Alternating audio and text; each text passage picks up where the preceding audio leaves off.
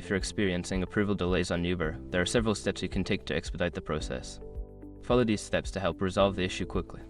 Step 1. Check your email. Ensure you have checked your email, including the spam folder, for any communication from Uber regarding your approval status. Sometimes, important messages may be overlooked. Step 2. Verify your documents. Make sure that all required documents are submitted and meet Uber's specifications. Check for clarity, legibility, and that they are up to date. Resubmit any documents that may have issues. Step 3. Contact support. Reach out to Uber's support team through the app or website. Provide them with your details and explain the situation. They may be able to provide specific information about your approval delay. Step 4. Be patient but proactive. While waiting for a response, remain proactive. Follow up with support if you don't hear back within a reasonable time frame. Persistence can sometimes help speed up the process.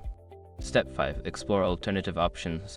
If the delay persists, consider exploring alternative ride-sharing platforms temporarily. This can help you stay active while waiting for your Uber approval to be resolved. By following these steps, you can address approval delays effectively. Stay informed and proactive to ensure a smoother experience.